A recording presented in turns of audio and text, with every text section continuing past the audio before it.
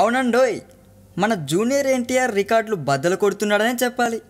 నిన్నటి వరకు super star Rajinikanth గారు కబాలితో తన రికార్డులు సృష్టిస్తే ఇప్పుడు మన జూనియర్ ఎన్టీఆర్ జనతా గ్యారేజ్ టీజర్తోనే చుక్కలు చూపిస్తున్నాడండి.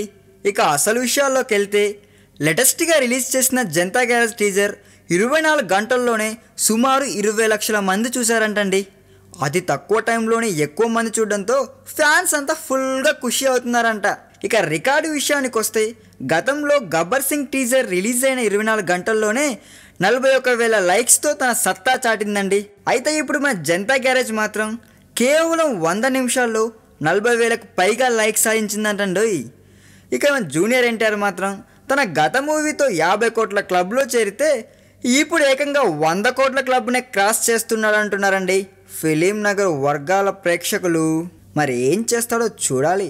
ఈ వీడియో మీకు నచ్చినట్లయితే సబ్స్క్రైబ్ చేయండి. ఫిలిమి స్టార్స్ బోల్డ్ అంత న్యూస్ బోల్డ్గా.